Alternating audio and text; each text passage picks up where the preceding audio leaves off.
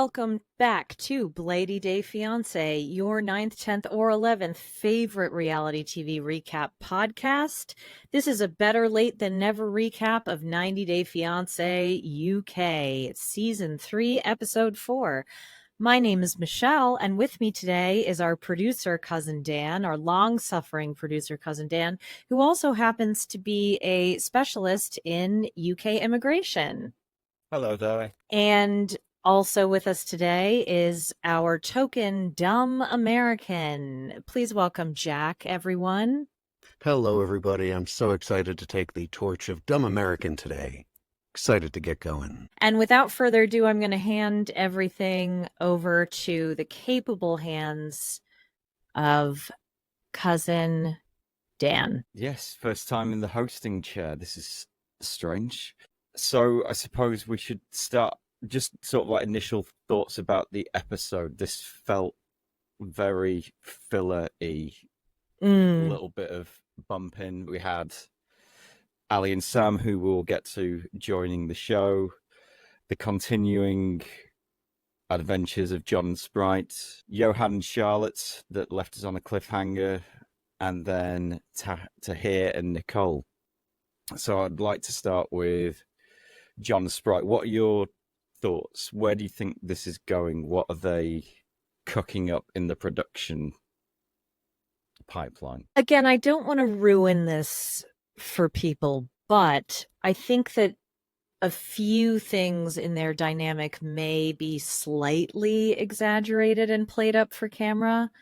Like Sprite's intro to the show, Sprite came in with a bang.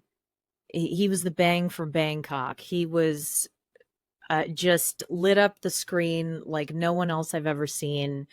You know, he's not the first hot twink we've ever had in the 90-day metaverse or the 90-day industrial complex, as you call it, cousin. But he made a big impression. But I don't think the conflicts between them and their differing values and lifestyles are faked.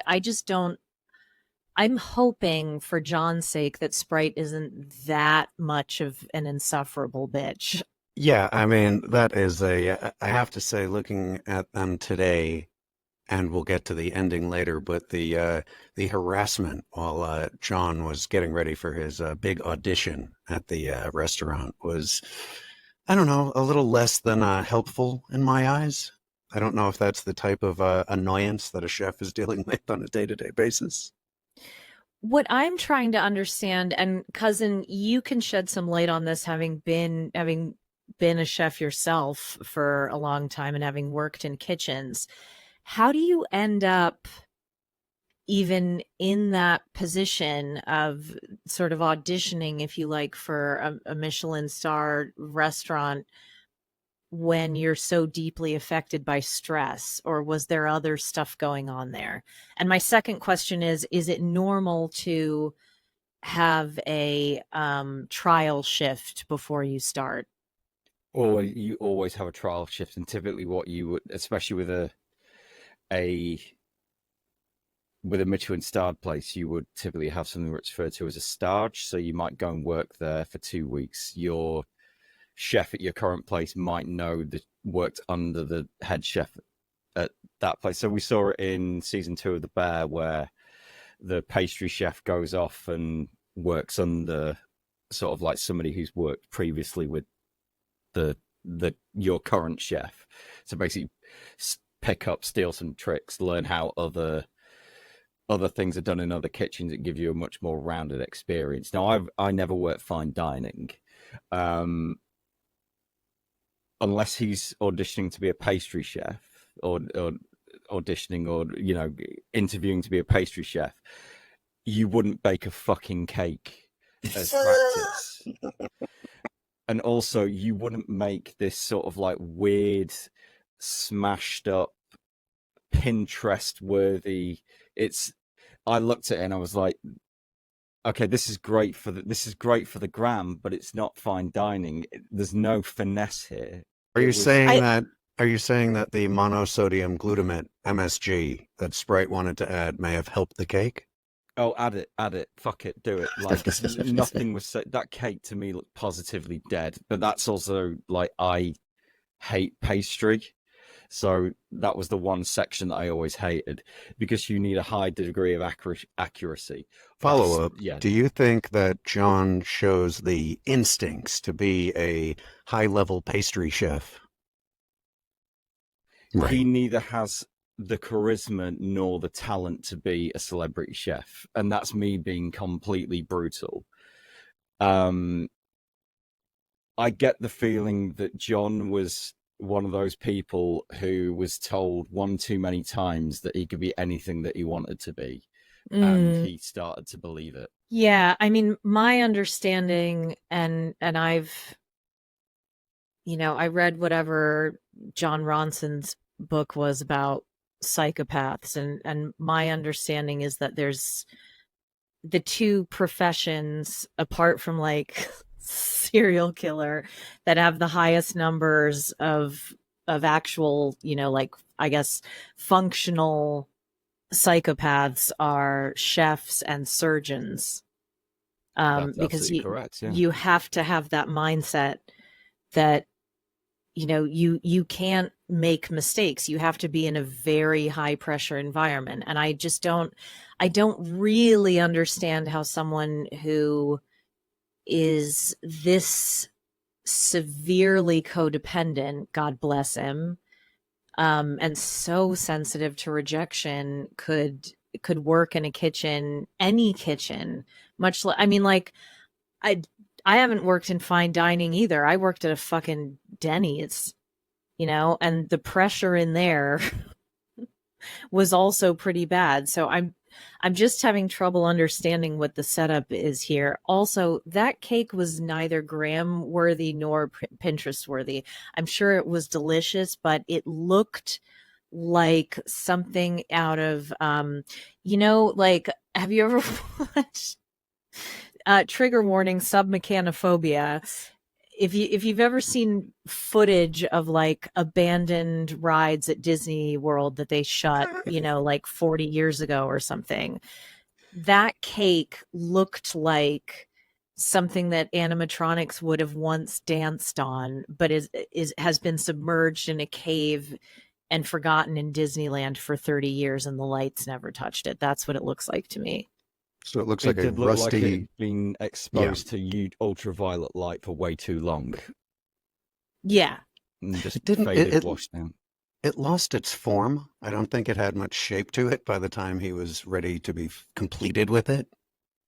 And I don't think Sprite didn't seem to like it very much. That's for sure. This is going to be a very controversial take, but I kind of understand what Sprite was trying to do apart from make good TV. Like, I can sort of get there in my head. Like, when if I ever have to prepare, and proper lawyers do this all the time, right? And I'm just a paralegal, but particularly when I'm dealing with divorces and I have to go into arbitration or something, I write down all of my points, but I have to write down the counterpoints too, and I have to get normally my husband, because he loves it and likes to improvise and come up with his own material, to argue all of those points with me. So to me, this kind of seemed like the original spirit of it wasn't to fuck with him. It was to be like, okay, you are going to have people bothering you every second. You are going to have people, like, you can't, basically, you're not in control of what happens in that kitchen. So if I'm fucking with you a bit or asking questions, that's a placeholder for the people who are talking to each other across the room, and somebody behind you with a boiling hot plate, or whatever happens in kitchens. I don't know. What Dan, what's your take on that? So cooking in a domestic setting is completely different to cooking in a professional setting. Sure. One would argue that even if you're in a tiny kitchen in a commercial setting, you have a lot more space. It's a lot more dedicated. You've got proper gas. You've got ovens that are commercial grade, so they come up to heat easier. They distribute the temperature easier. This was entirely for camera, and it was. I just want to ask, did you find at all, and Michelle, I know what you were saying, and I know what Sprite was trying to achieve, but it wasn't simulating like a Gordon Ramsay style yelling at the back of his head while he's trying to do stuff. It was like being at home with your partner, like poking you. And I just don't know if that's the same level of what John would be facing in a kitchen. What are your thoughts on that, Dan? So let me just ask, if Sprite was your partner and Dead. out of the fucking window and beheaded on the way down. Like, Sprite went from being the most fuckable twink that I have ever seen on the 90-Day Universe to What about just- what about Armando? Or is he not a twink? I like Armando, but I'd be thinking of Kenny. This brings up a have point. you- No, okay, please go ahead. I have a point though. Yes, sorry. I understood, but this is way more important. Have you all seen the picture of Kenny from the 80s that he posted of himself I have. on Mhm. Insta? Because Auga, eyes bugging out, wolf whistle times Handsome 1,000. man. Handsome man. I mean, he's gorgeous now, but holy fucking shit. So that leads into my question. Wait, I'm sorry, cousin. Would you like to jump in on this Kenny train for a second? I mean, if it's a train with Kenny and Armando, fuck yeah. So this is the thing about like John and Sprite that I'm kind of really struggling with. Kenny and Armando, fuck. Like, you can tell that they fuck. I'm not getting any of these vibes from John and Sprite. Definitely. If anything, Definitely. I'm getting a little bit with John, especially where he is. I'm getting a little bit of a only gain the village kind of vibe. Mm. Do you feel, I will make a comment. Here's my dumb American comment. He looks like a Matt Lucas character from Little Britain, which takes all Exactly, only gain the sexuality. village. Yeah. Yeah, he made Do- the reference, yeah. Do either of you feel that the UK show would benefit or is trying to create a Kenny and Armando style couple? If they did, From they these fell two, no. spectacularly. Yeah. Yeah. Well, this one's not going to be it, but do you think that this is something they're trying to hit on? And I'm asking that from an American perspective, because different production, of course. I don't think you can like fabricate a Kenny and Armando. I think Kenny and Armando are what the original spirit of 90 Day Fiancé was all about. You know, you take two people for whom it feels absolutely impossible that they could bring their lives together. And not only do they do that, they overcome these obstacles and they create something new and wonderful, and they successfully blend their families and their dogs, and it's just wonderful. And they fuck. So despite whatever the intentions were, John unfortunately didn't get the job, which I wasn't terribly surprised by. No. But this is a tough issue. But then the tables turn, and Sprite decides to cook a lovely meal. I have to say, I was very triggered by the not washing the spinach. The pathogens that exist in unwashed spinach, I can't be rinsed out in tap water after you've already cooked it. You just skipped over one nice Sprite thing, which I do just want to mention, which might throw the whole story of today's episode into a bit of a blender here. But, you know, Sprite immediately goes from sort of a naggy to, oh, you didn't get the job? Oh, of course. I mean, no problem. You tried. You gave it your best. I was a little taken aback by that role reversal. Did either of you have a feeling about that? I think that this is I think he has some I think it's a combination of things, you know. I think there's always a PA there kind of saying make it bigger, have a bigger reaction. And having worked on sets myself, that one, that's not a great piece of direction, and two, I've heard from reliable sources that this happens all the time and it results in scenes that feel fake because they are. So I think that there is, you know, obviously John is getting something out of that relationship. I don't think it's an entire projection. It could be. Um, but I don't think, you know, I don't think Sprite is emotionally unintelligent. I just think he's very self-centered. What's your take, cousin? Both on I spinach and on Sprite. Yes, with your culinary background, we need your take on the spinach as well.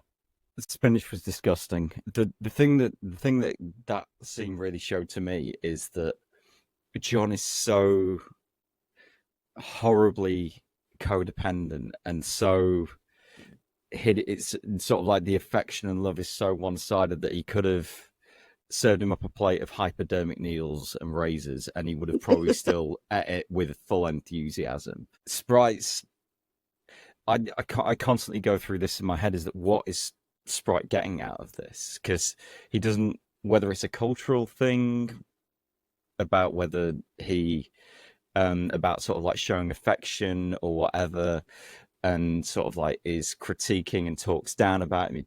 He's hideously fat phobic. Yes. And obviously he's not into that particular body type, which is a problem if you are planning to marry somebody of a particular size and you're not attracted to them. That's generally speaking a huge red flag. Indeed. And it feels I just want to kind of like grab Sprite and go, right, we're going to do an immigration consultation and work out what we can do to get you over here, because it's quite clear that you want to come here, and whether marrying somebody is going to be the easiest way to get over here, because he's obviously very talented and the UK does put provisions in for people who wouldn't typically be able to get a job due to the nature of the fact that their work is freelance. This is a real fast one. It's just, I was just wondering what both of your takes were on, after we have the dinner, all of that.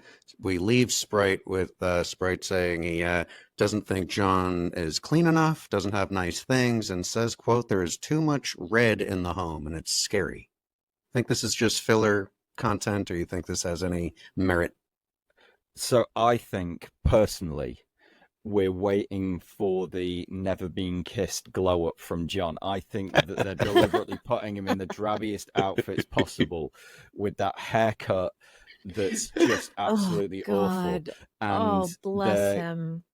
Sprite's going to give him a makeover. I am calling it now. Episode 8. They go to London. Yeah. Yeah. They go. Cousin Dan, you're in Britain. Can't you bet on pretty much anything over there? Can't you find somewhere to bet on this? I don't gamble. It's a degenerate. So happy to suck an anonymous person's cock, not happy to walk into a Buc-ee's. Well, you two, I think that's going to wrap Sprite and John with that comment. Unless, Michelle, do you have any closing comments on these two? No, I was just going to say he's absolutely right. I would add to that for some people, Right. aesthetics aren't everything, and for some people they are. And you know, particularly for not just neurodivergent people, but for HSPs as well, highly sensitive people. You can sort of become so, well, ADHD is neurodiverse, but you can become so hyper fixated on one aspect or another that the other stuff doesn't really matter that much. And in John's defense, I think if he is a chef, he's working most of the time and he comes home to sleep, you know, so I don't think aesthetics are that important to him, nor is he particularly good at them, because photo wall is something else that I would never want to see. I don't even like the sentiment behind it. It creeps me out. It looked like a college dorm room. It was way worse than a college dorm room. I should Way have I should have worse. probably said this earlier on, but also if you're going to be working in a Michelin starred place, expect to work 60 to 70 hours a week, right? That's what I was going to How say. Yeah. the fuck do you maintain a relationship with that kind of work schedule? You don't, and maybe that's an attractive part of the deal. Okay? All right.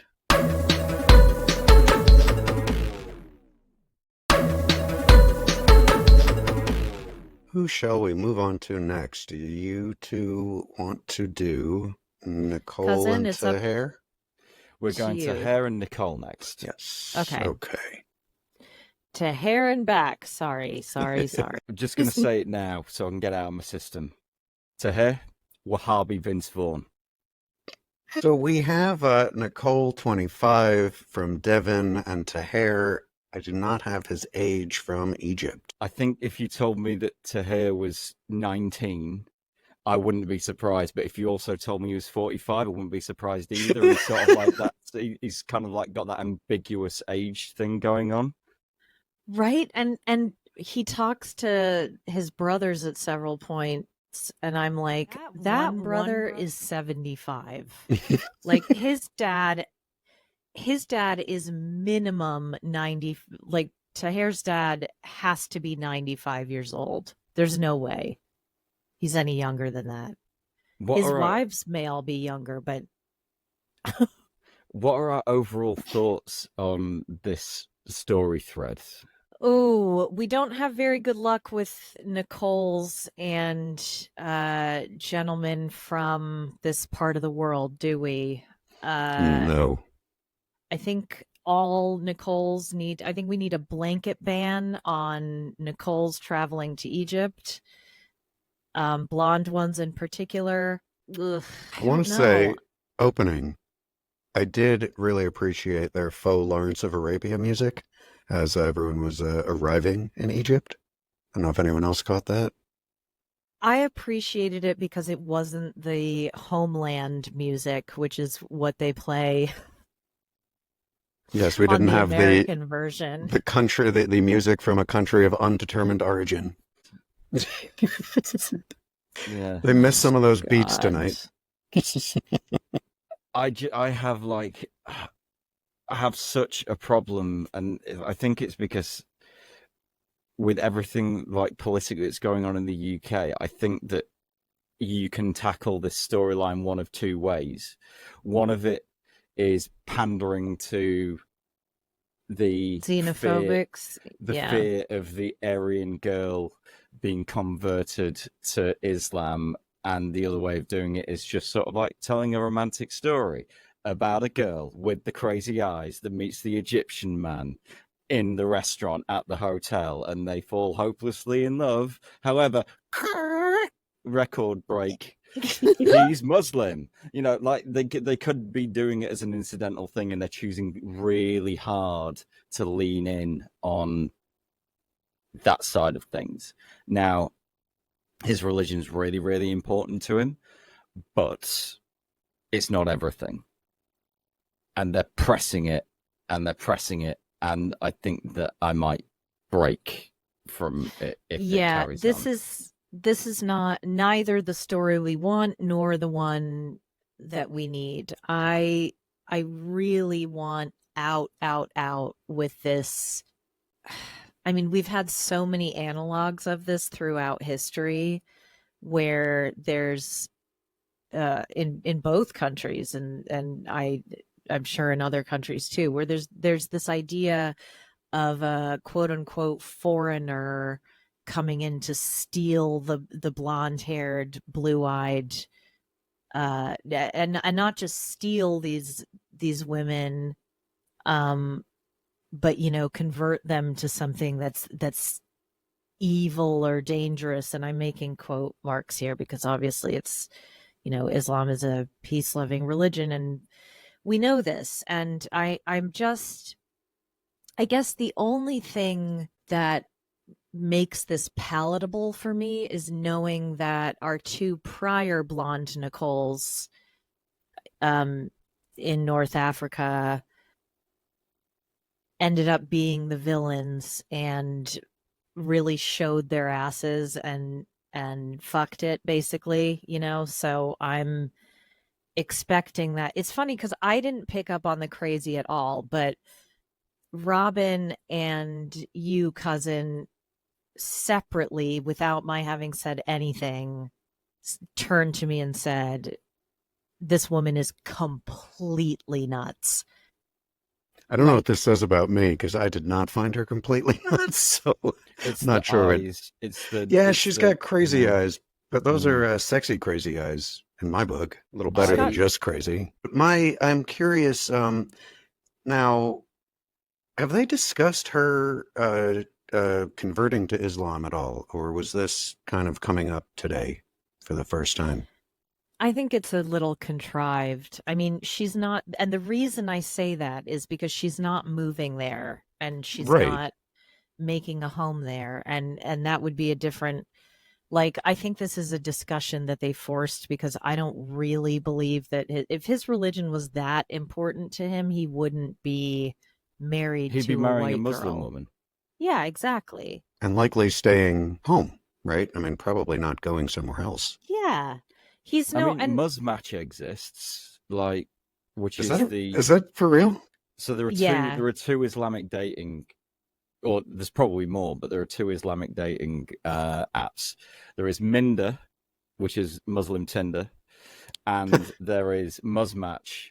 Now, if anybody has used Tinder, you will know the kind of level of kind of interactions you have on there.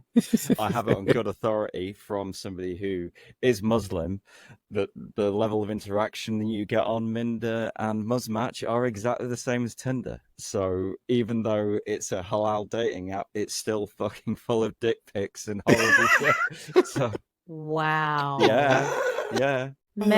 Straight men are all the same. Now, before, and yes, there's a discussion that we've heard many, many times about, cover up, and this is what this other woman did in order to keep her husband happy. I don't want to over-index that stuff because, frankly, it enrages me. What I do want to hear from both of you is, do these two fuck? Because I don't see the chemistry there, really. This is the most asexual cast that we've had in It's so depressing. There's no couple within this cohort this year that makes me think I'd like to be the filling in their sandwich. It just doesn't. There's nothing there. Are you saying that this season is lacking a passionate punch across the board? To a degree. I mean, we're just getting started. Obviously, we've got Johan and Charlotte, and they're obviously talking a lot about sex, and the Dominican gasoline discussion was had in the first episode. It just feels like so forced. I'm not seeing a great deal of chemistry with any of the cast members between each other. I'm really struggling this season to kind of find anything where there's firecracker chemistry going on. So then we find out that Taher has next to no interest in leaving Egypt. He does not like the cold, and he seemingly is happy to say that this does not just happen on the American version. He seems to have not Googled anything about the UK, and I'm curious what you two have to say about this. As somebody who has emigrated to the UK, Michelle, what's your opinion on the British weather? I can start out by saying a nice thing about the British weather, which is that I think I look at least 5 years younger than I actually am because I never see the sun. I will also mention that my latest blood test revealed that my vitamin D levels are the lowest my doctor had ever seen. So I'm severely vitamin D deficient because of the weather. It's done wonders to preserve my skin. For somebody who lives in a hot, sunny climate, I think it would be a real adjustment. As a northerner, what's your take on because I live in London and I've never lived anywhere else in England. So I'm wondering from you, cousin Dan, I don't know how well you know Torquay. I've only been there a couple of times, but what's your view on sort of places outside of big cities and what that experience might be like for a Muslim gentleman? Well, there's always gonna be a level of culture shock, and we also see it. Not to sort of like refer back to like John and Sprite, you're moving from Bangkok, which is one of the most populous cities in the world, where everything's at your fingertips, literally at your fingertips, to moving to Aylesbury, and it's like an hour on the train. Mm. So like, there's probably like Sprite's neighborhood is probably larger than the entirety of metropolitan Aylesbury, if there is a metropolitan area. And I think that Tahir is going to have to contend with the fact that he is moving from not only a Muslim country, but he's moving from a large city as well, which does have the provision of having a mosque, a place of worship, and also the other things like, you've got dietary restrictions, kind of. So he's got halal, like everything that in his country one would assume is halal, and Mm. Yes. there's all these additional things that if you have a faith that you need to consider. And I think it would be the same if he wasn't just Muslim. If he was Jewish, I doubt that there's many kosher butchers in Turkey. I was gonna say, like if you're Orthodox and you're moving and you're relocating to England, I don't know about other cities, but we don't talk about the Devonian diaspora, do we? So no, we don't. Now, what did you two think of? We get into the obligatory Nicole sort of explaining women's empowerment and how it's not the exact same in the UK as it is in where are we, Egypt? Yes, as it's not the same as it is in Egypt. I mean, it's an obligatory scene. It's obvious, but do you two have anything to add or anything UK specific you can throw our way about this? if the production team weren't cheap, they should have just spent money on a Lizzo video, and just been like, "Watch this. This is post millennial women's empowerment. If you can get on board with this, then you're there." And then just left it at that. This is controversial, and so I'm not going to go on and on about it. I'm talking about it as it pertains to this conversation, not my own opinions or lived experiences. I just want to say, actually, you know what? I am going to talk about my lived experiences. So having grown up and known people in the Hasidic faith, Orthodox, whatever, also Muslims who are more conservative, there's one way of looking at it. There was a brilliant essay, I think in the New Yorker, I want to say, but maybe it was The Economist, called, and I'm sure you can find it if you Google it. It's called "Muslim Women Don't Need White Women to Save Them."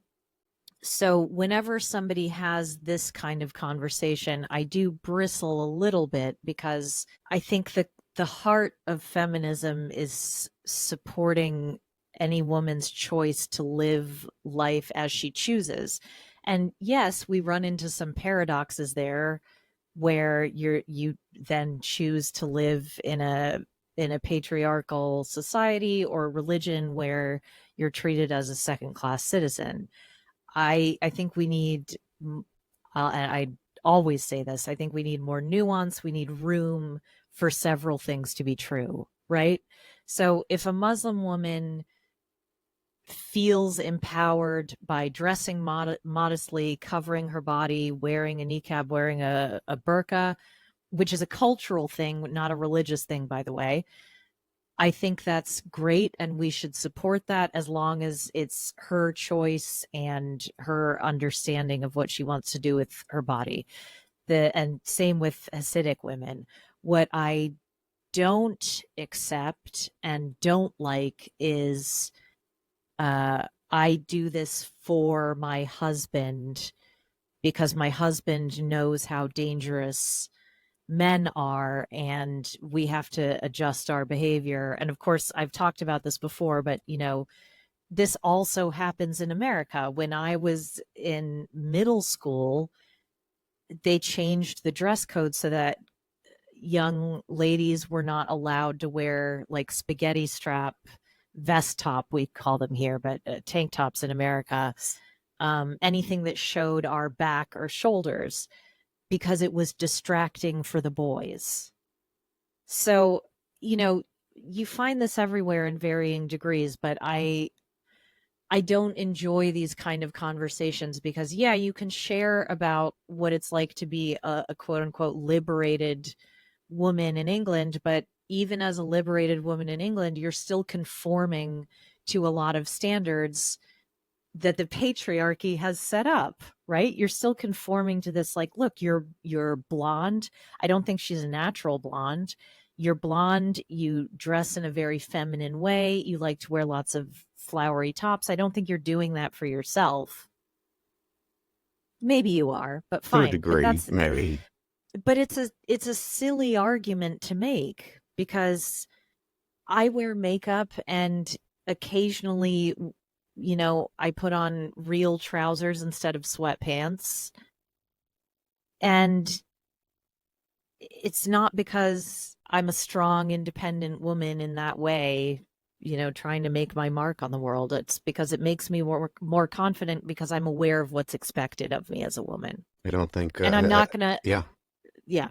I'm not going to apologize for saying that because that's my truth. If other people feel differently, that's fantastic. And I support them.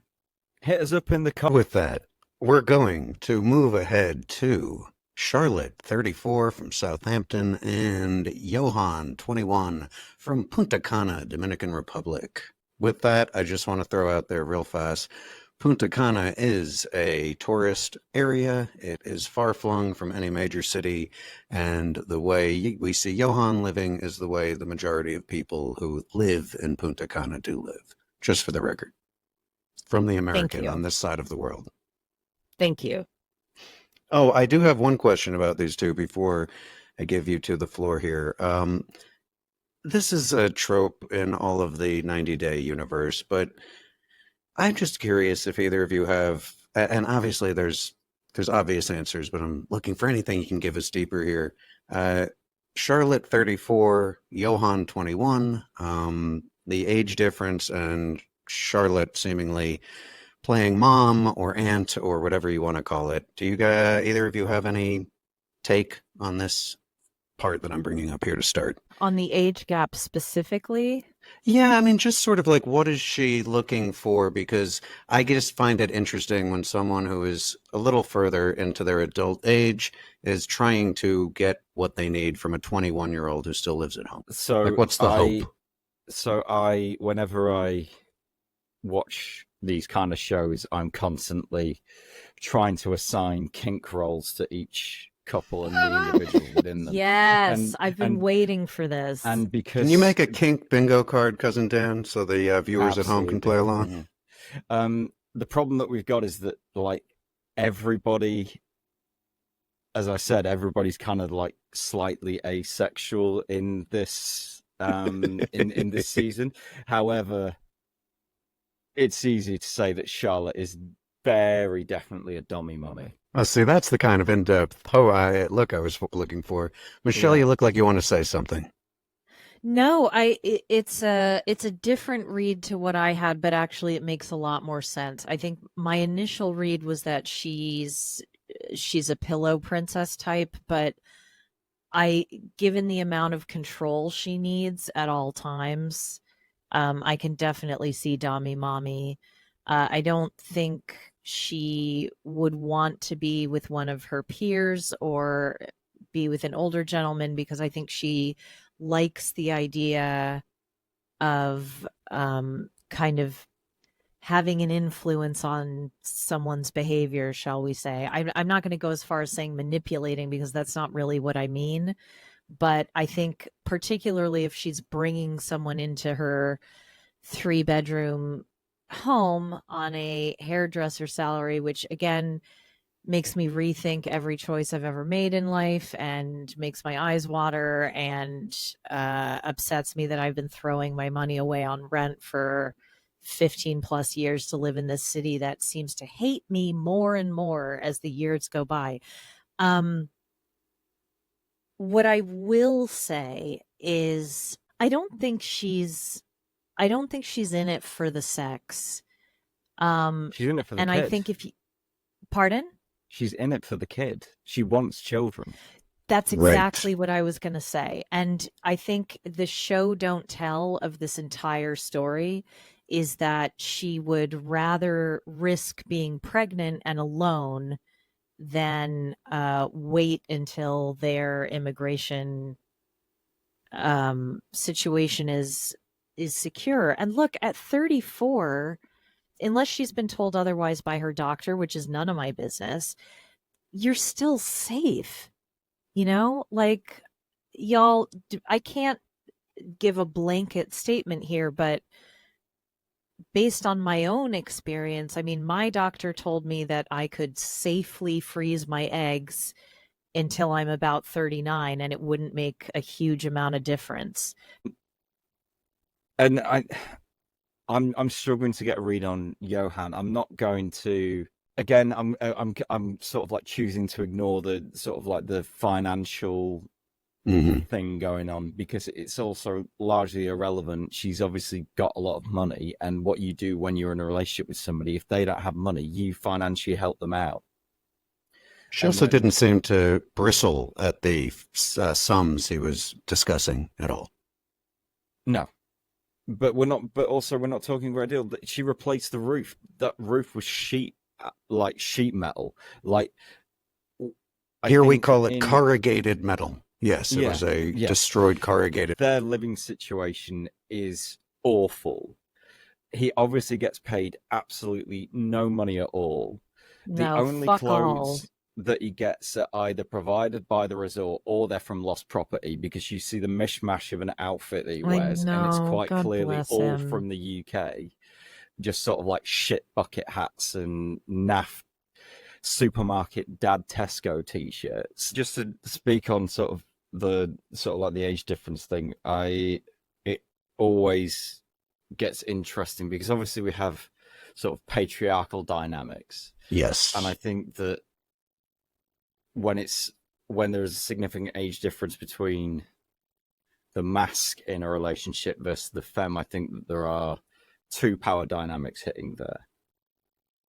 The thing, and I think that becomes slightly less so, especially when you're kind of 21, 34, as opposed to 30 and 18. I think that exactly. Yeah. However, the other thing is that what we do generally, the other barrier that you have is that they have like wildly cultural differences. Now, that I suppose with Johan's situation, because he works in a hotel that is so ludicrously expensive to stay in, that he already has a flavor of sort of the decadent Western culture, as it were, and sort of like the grammar of how to deal with the English and the Americans. So I think he will probably take to UK life if he ever does get over here. So yeah, we've talked about how it's about the kid, and another thing that I'm not really buying is that she doesn't care about this wedding, and she doesn't really care about. She walked down an aisle with someone pretending to be her boyfriend. I would say that she doesn't not care about the wedding, right? What are your thoughts on this, cousin? I've never worked in television, but I've watched an awful lot of it, and you can see when things are deliberately put in to either fill something or to create a thread that they're going to explore and go down. And the whole wedding thing it seems like it's a nothing burger to me. Truth be told, I think that she probably would be happy just with a government registration and to get it done. Really? I think that she is Okay. baby brained because, and also you look at sort of like Okay, right. how much she is investing in it by the guests that she's having over. She's having two guests, her sister Right. and her mum. Her dad has noped out of it for reasons unbeknownst to us. Well, But obviously with Johan, he's like fully invested. He's bringing like 70, 80 people. And, or it was sort of mentioned in the car, we're having Yeah, this yeah. many guests. And whether he's just seeing that as a knees up for the locals, I don't know, or whether his network's that deep. Are you talking about that Johan at 21 maybe having his entire high school graduating class at this wedding? Yeah, or his and probably all his resort friends as well. Oh, that's for sure. Because also these hotel complexes are massive, so right. that they probably, you're probably looking at a staff of about what 300, something that size At at least, least. yeah. Yeah. Yeah, My take on it from the bride to be's side, shall we say, is just speaking from my personal experience. I was very lucky. I had a big fuck off um wedding ceremony when I got married the first time and I was 26. Actually one of my wedding photographer um is a very good family friend, and he exclusively does like massive celebrity weddings now. So we were lucky to get him. He did my parents' wedding too, which was really sweet. And one of my wedding pictures is in his coffee table book, and I think it was in Vogue also. You can barely see me, so I can't brag about it, but Very it's an fancy, incredible though. photo. Very fancy, Barclay Square. It was a different time. It was a different era. I, had a massive princess gown. Now, the second time around, I was like, yeah, I'm older now. I'm not going to do that stuff. We'll do like a very simple ceremony. Now, not only I we had to, for reasons that I can't go into, that I'm never going to go into. Robin and I had to get married in a civil ceremony before we could organize anything bigger than that. So we had a civil ceremony. It was very beautiful. We didn't have any guests except our parents, and my best friend and her daughter, and obviously Alfie. I wore my mother's wedding dress that my grandmother made in 1983. It was really simple, really romantic at a town hall wedding, and it was really pared down. And then I tried on just for funsies because I knew we were planning on having like just a reception and not another ceremony, right? Right, But then right. I tried on a wedding dress that many of you have seen by now because I'm insufferable with wedding photo spamming.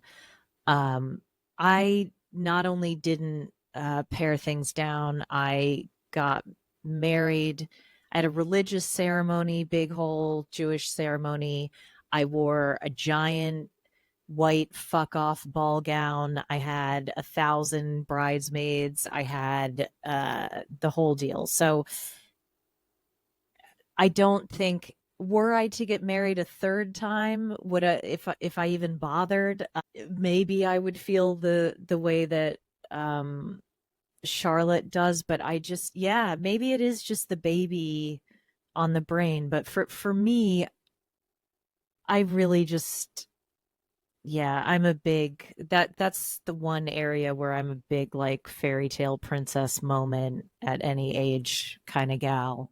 It feels like what you're speaking about is romance, which I feel is what neither Charlotte nor Johan are discussing here. It isn't just romance. When you think about it, this was advice that my mother gave me years ago, and I say it to everybody who is about to get married. This is one of the very few occasions in your life. Hopefully people show up for your milestone birthday if that's something that you want to, or birthdays if that's something you want to celebrate. Hopefully you usher in some anniversaries or whatever. This is the only time that people are coming to celebrate you and the love you give and who you are, apart from your funeral, which by necessity you can't go to. Well, So you really covered the whole roundabout of life here, from marriage to funeral. no, but I'm saying think I about get it. it. Like, No, and of yeah, course. some people would prefer a down payment on an apartment, and that's absolutely fine. But for me, that's a memory you can't replace, and people are more important to me than things. So I don't disagree with you. For the record, I had a lovely wedding in the southern part of Manhattan, and have there been times where I wish I had that money? Sure, but the memories outlast whatever's in the bank account for sure. Definitely agree.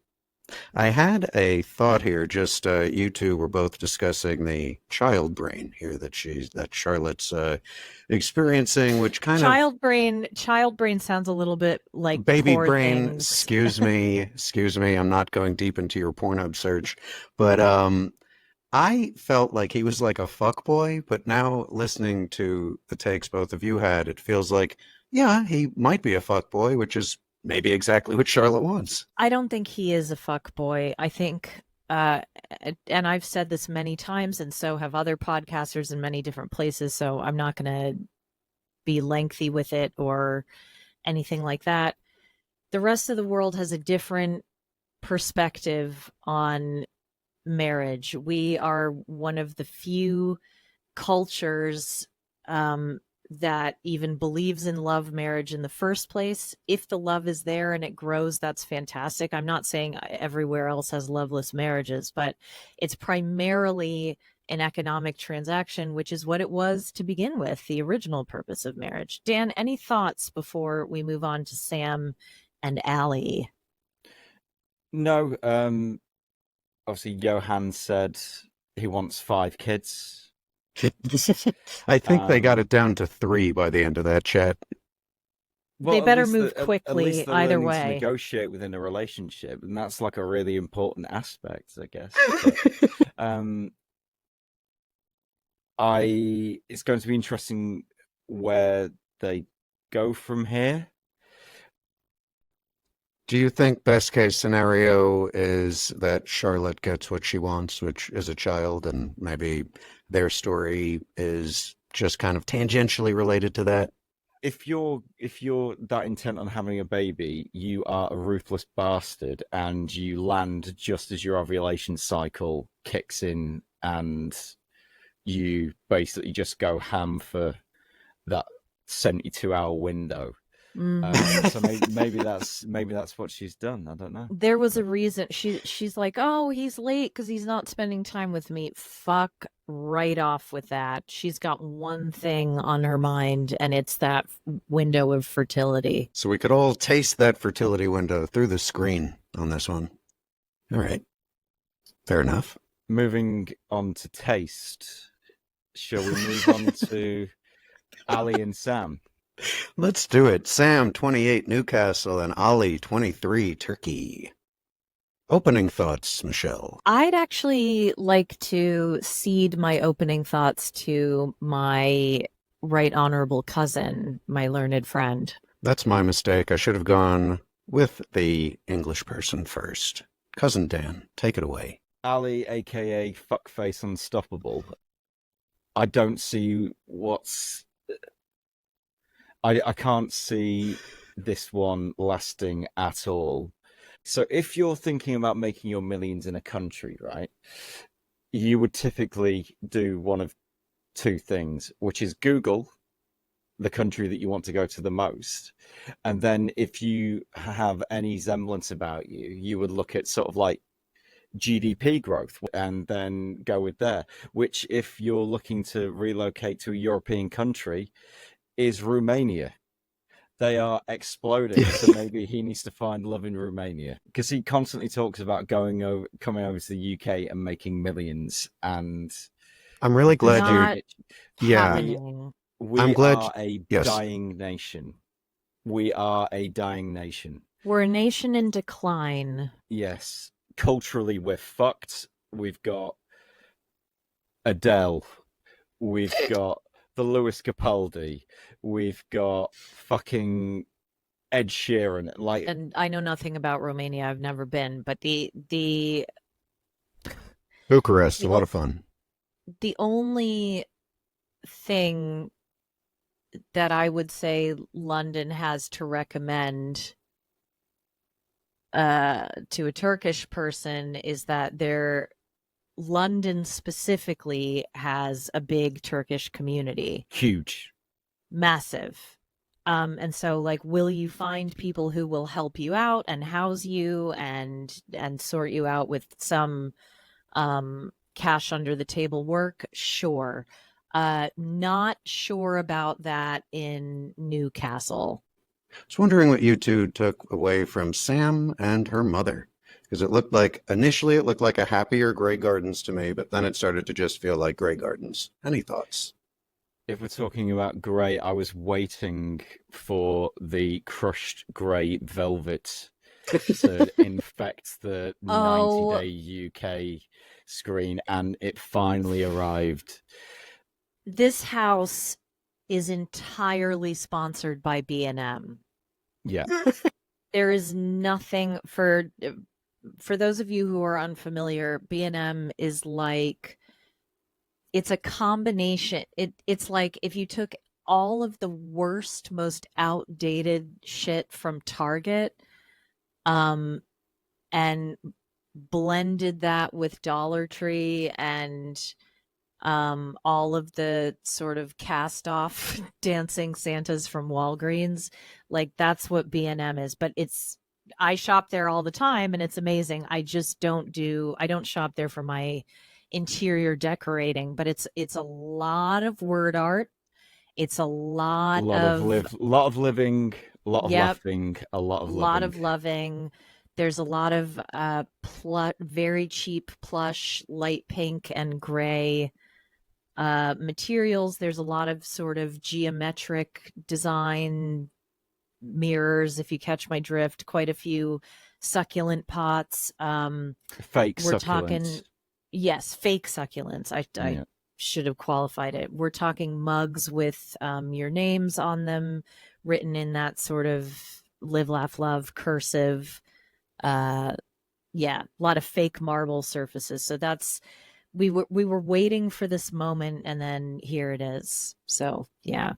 Fact for the Blighty Day Bays. B&M stands for bitches and money. It doesn't, but Because that's what I refer to it as. I'm just going to pop to bitches and money, get a screwdriver. see, I call it bargains, bargains, bargains, bargains, bargains, because and longtime listeners to the pod will know I can't remember the real names of restaurants, shops, or bars. So and some TV shows.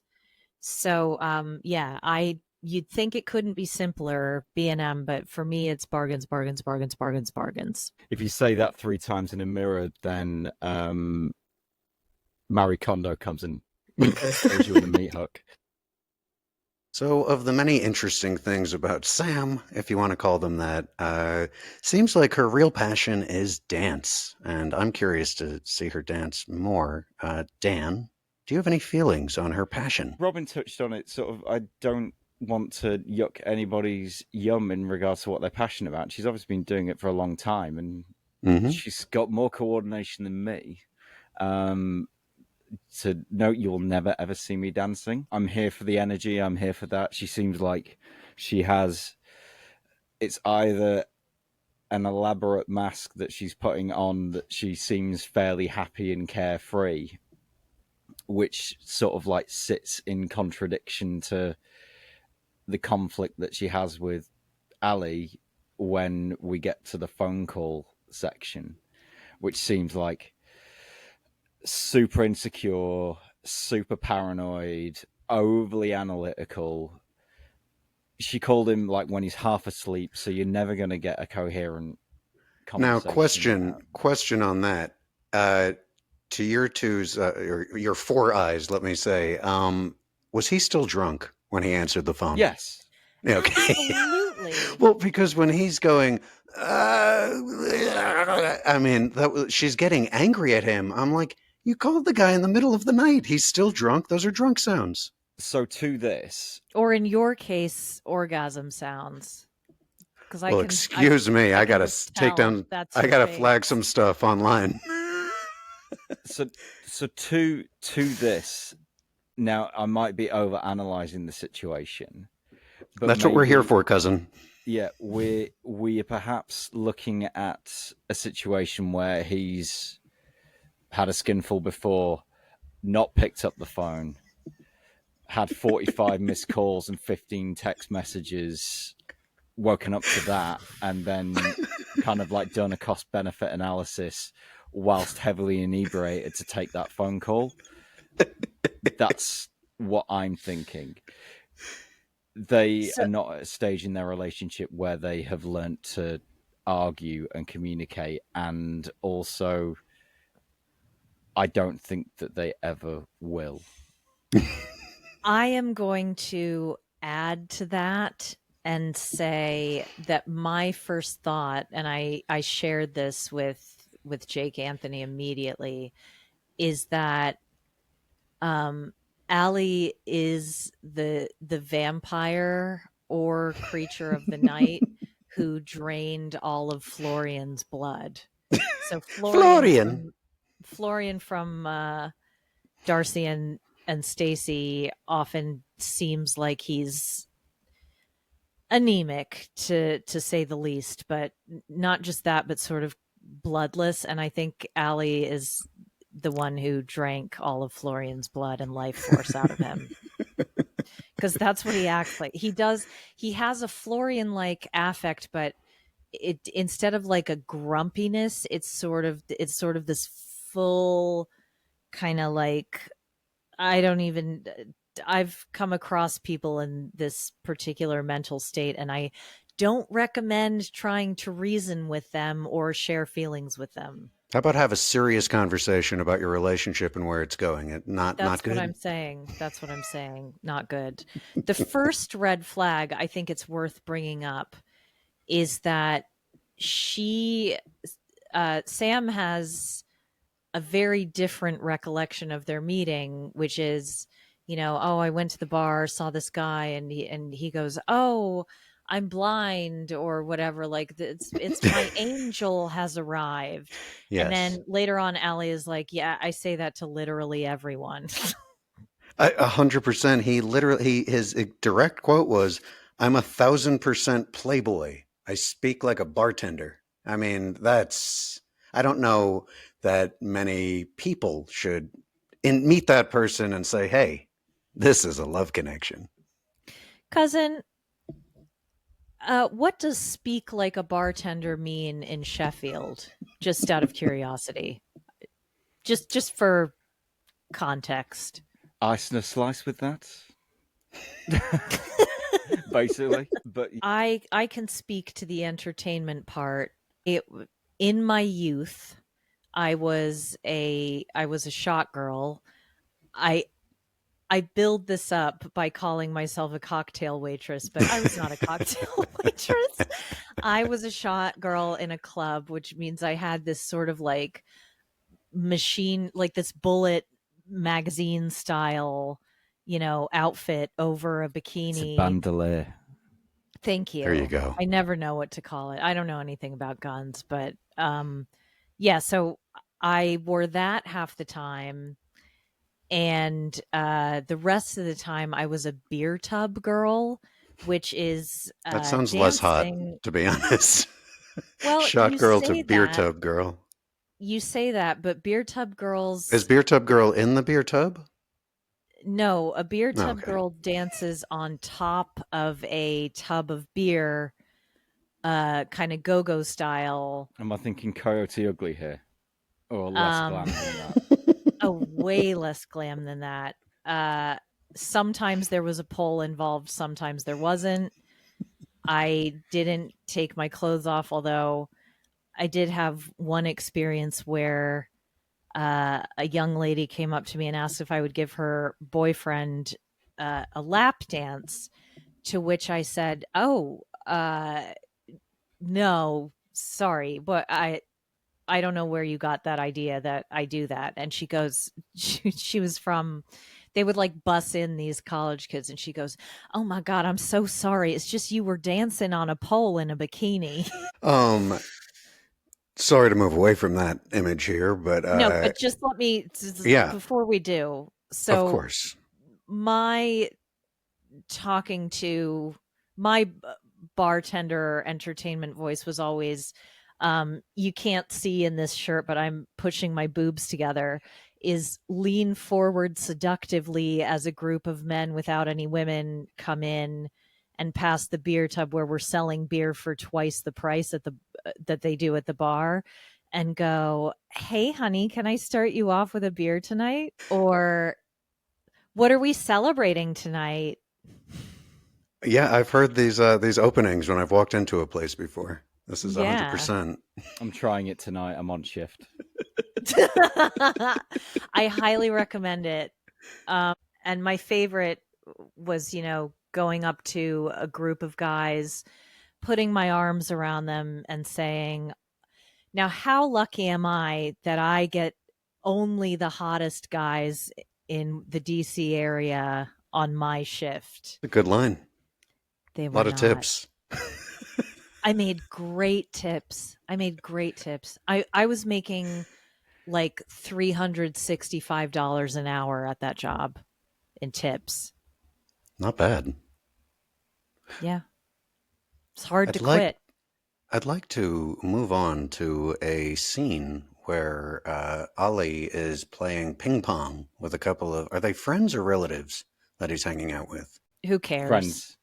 Okay, fine, who cares? But he's with his friends. To me, it became really, really clear in this area that this is not a heart-based connection. This is a location-based connection, at least if I just go by what he's telling his friends. Yeah. Anything to add to that, Dan? No, it seems to me that we're kind of like going back to that sort of. It appears to be a running theme within this series that there's a lot of transactional relationships. Yeah, which is really Yes. sad.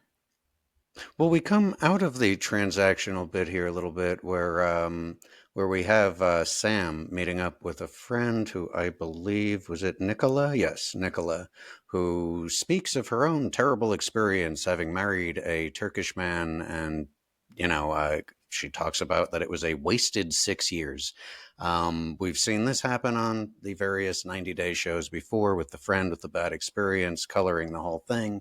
Really would love to Mm. hear what you both have to say about this little get together. I mean, I've had plenty of bad experiences with the English, so it's one of those where I think that yes, there is that old racist trope of they're just in it for the money, but like as I said before, if you love somebody and you're in an economically more beneficial situation than they are, then you might want to distribute that wealth accordingly. Now, with the and she's been very transparent with the fact that she's given him a card that she loads on because like Turkish bartenders probably don't earn a great deal of money. They probably take more home in tips than they do in real salary or real For wages. sure. Yeah, yeah. Just to go back to the argument when she was saying about like the absolute vodka, who gave you that? That's that's an English vodka. I'm sorry, it's not. Absolute is an international brand. No. Yes, here's a You can question. get Okay, that question. anywhere. When she's saying absolute blue for the absolute vodka, is she talking about absolute vodka that has a Yeah, blue just label on it? OG blue absolute vodka. Yeah. And Which again, is, go ahead, I'm Michelle. sorry Sorry. if I'm sorry if I'm getting this wrong. Isn't absolute vodka, isn't it Finnish or Swedish or something? It's Scandinavian, isn't it? Absolute might be. It's Are you not thinking, British. you're It's not not thinking, British. no, it's American if it's not European, but are you thinking of Svedka for Swedish vodka? Girl, I don't know. I just know that absolute vodka is not English. I don't think there even is an Swedish. English. There you go. Yeah. 100%. Yeah. 100%. Gold Are coins for you thinking of Michelle. Svedka? Well, that is a Swedish vodka, so you can make your fun voice there, but I was correct as well.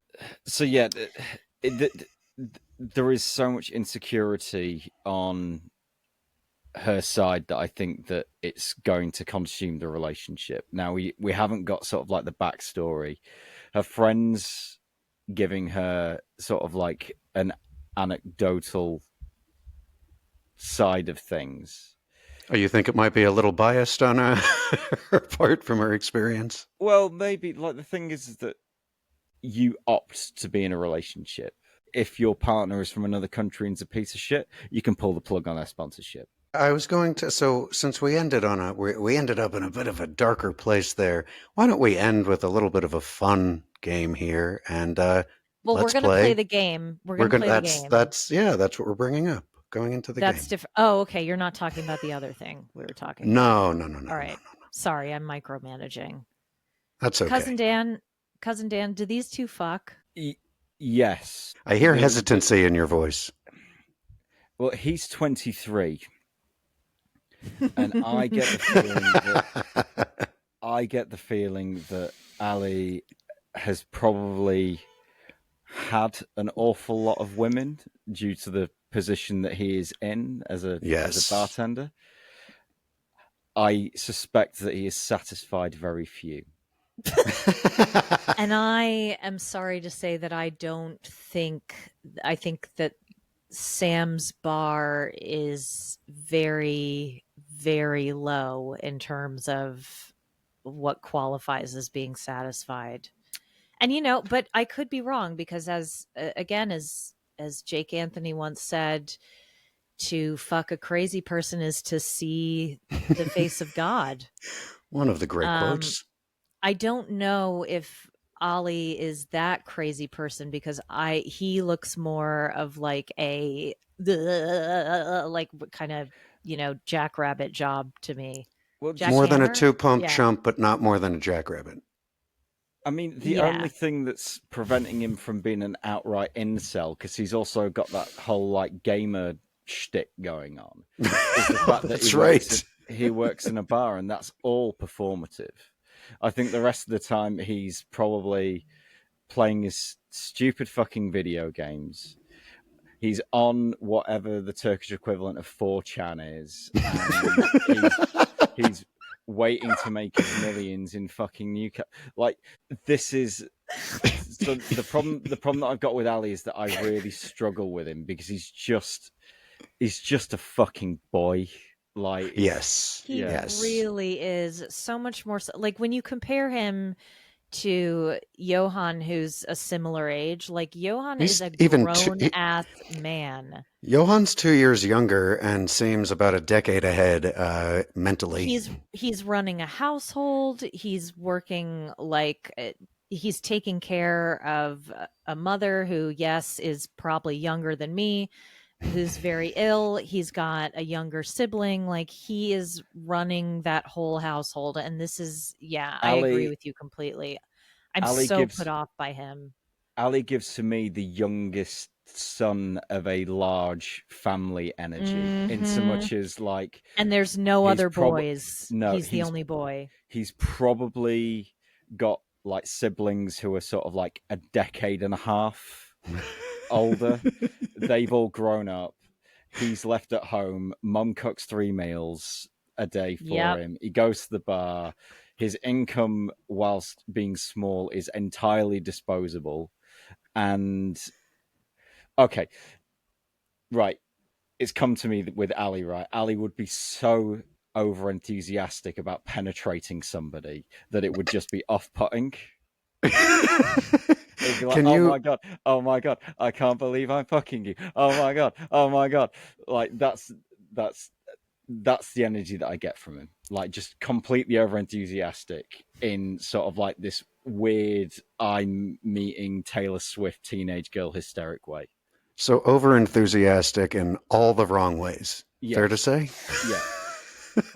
So you put in the notes you said that he looks like Oscar Isaac, right? I now to be Whereas I fair, want you to whereas take that so back so to be immediately. fair, can I this did is an not know. entire. Let me get to my point. This is an Okay. entire move. I always consider, in my mind, for Oscar Isaac to be a very tender, unselfish lover, and Ali is the direct opposite of that. I Agreed. reckon. I reckon Oscar Isaac's going to kiss my neck.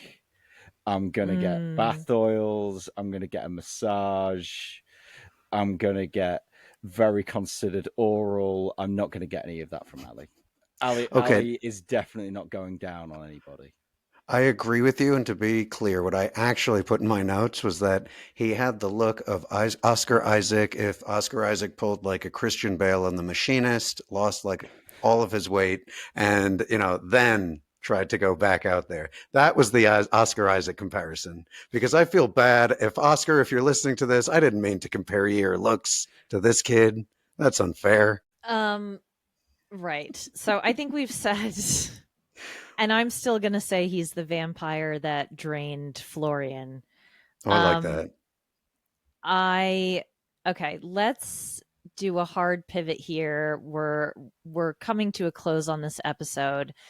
I would like to end on a kind of yummier note since it's the weekend and this is coming late. I want to make it up to our listeners.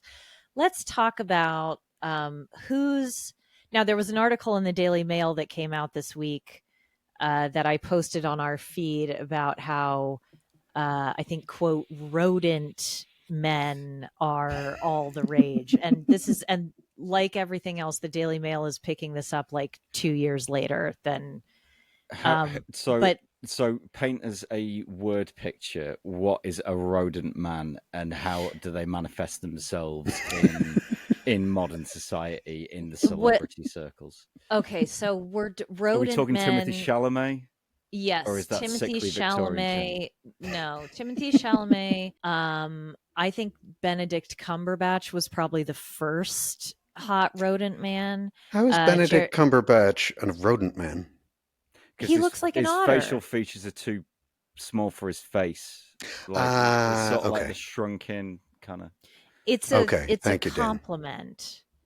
Gotcha. So, and Jeremy Allen White is probably like the apotheosis of rodent looking men, if you like. Oh, and I'm sorry, him and Barry Keoghan.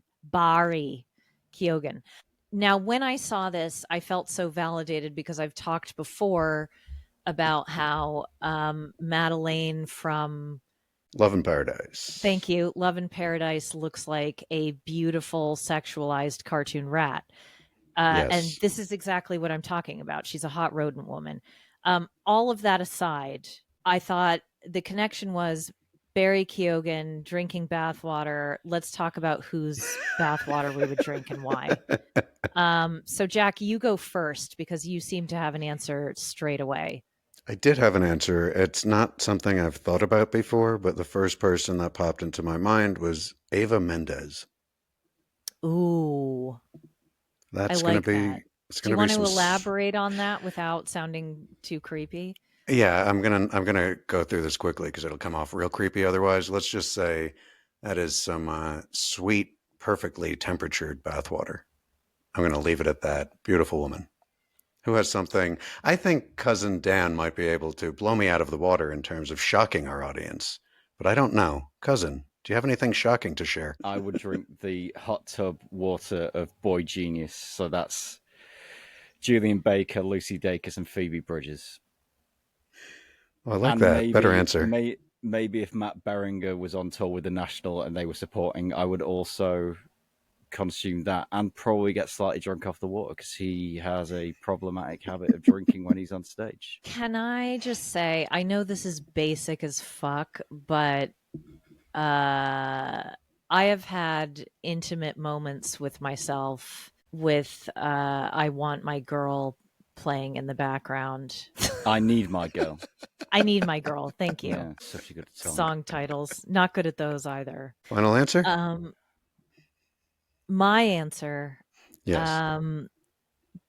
Now, look, this is difficult because to narrow it down to one is not easy. I think it's funny that you said Ava Mendes because for me, it's the no-brainer is Ryan Gosling. I would absolutely drink his bathwater. He's a bit rodenty as well. Slightly, yeah, but top of my list, Morgan Spector. I wouldn't just drink his bathwater. I would drink out of his toilet probably, which I know is awful. If it was like cleaned and then he peed in it and there wasn't any, because I draw the line at shit, like I would actually, you know what? Fuck the toilet. I'd go straight from the source. Morgan Spector could pee on me. Important preface. If you're engaging in water sports, be kind to your receiver and drink 3 liters beforehand because nobody likes a concentrate. Very good advice, Dan. Well, gang, do we have Also, any? Yes. Sorry, Michelle. One more thing. If it's a lady, now I'm famously heterosexual. If it's a lady whose bathwater I'm drinking, it's Gillian Anderson. Oh, good answer. Good answer. Before or after she played Thatcher, does it make a difference? Oh God! After she had thoroughly washed the Thatcher off. You see, although in I sort think of like I an can abstract universe, like I would consider sort of like Scully to be some sort of like GNC icon. Like those two kind of like really fuck with the like Mulder and Scully really fuck with the gender roles in the 90s. I'm sticking they by that. did. Yeah. They Yeah, did. they did. And I would drink their bathwater, their collective bathwater in a second. That's the sandwich that I would want to be in. Mm-hmm. Tell us whose bathwater you would drink. We will prompt you in the Patreon for our Patreonies and also in the chat. Again, sorry this is a little bit late. For those of you who are concerned about Robin, I just wanted to let you all know that he is having a tricky time right now with some stuff that I don't think it's my business to go into. A lot on at work. I know that he would appreciate your loving messages and comments. I think for right now, that would be a little overwhelming for him. But let's just all collectively reassure him that there's no pressure, but we're thinking of him. And so if people want to post nice things, I would say, because if you DM him, then he'll know that I sent you. But if you post stuff on the Patreon or in the groups, I don't even, I just want you all to be aware that like, the three of us are thinking of him, loving him, supporting him. And the best way that we can do that right now is to just allow him to take all the time he needs to come back when he feels able to. Appreciate you for inviting me and being your business continuity plan. And thank you for having me on as the dumb American correspondent this week. That's all right. Oh, and just to be clear, Jack's spot on the other shows is permanent. That is ongoing. I hope, you listeners love him as much as we do here. He's a great addition. So thank you for joining us today on 90 Day Fiancé UK. If you would like to hear this ad-free, you can join for just $5 a month, $5 US on our Patreon, patreon.com/blightyday. if there's something weird about that link and it doesn't work, just search us on Patreon. That's an issue that comes up a lot. Come on into our private Facebook group, Blighty Day Bays. Blighty is spelled Blighty. Bays is spelled Baes. Instagram and Twitter. I'm less active on Twitter. I can be if you want me to be. I know it's called X now. I refuse to call it that. At Blighty Day Fiancé. Cousin Dan, are you reachable, or would you prefer that it goes through the communal channel? No, you can contact me on Insta. My username is Killbots3000, and slide into my DMs. If you make sure to lube up before you slide in. No lube required. Okay. It's self-generating. Another great way to reach us is email. We love your emails, bladydayfiance@gmail.com. In the subject line, you can put "this is for everyone" or "this is for a specific person." I've had so much fun. Thank you, folks, my two folks here. I love you so much, and this would not be happening without you. So thank you so much for being here. Love you Of both. course. We'll see you soon. Bye-bye. Bye. Bye.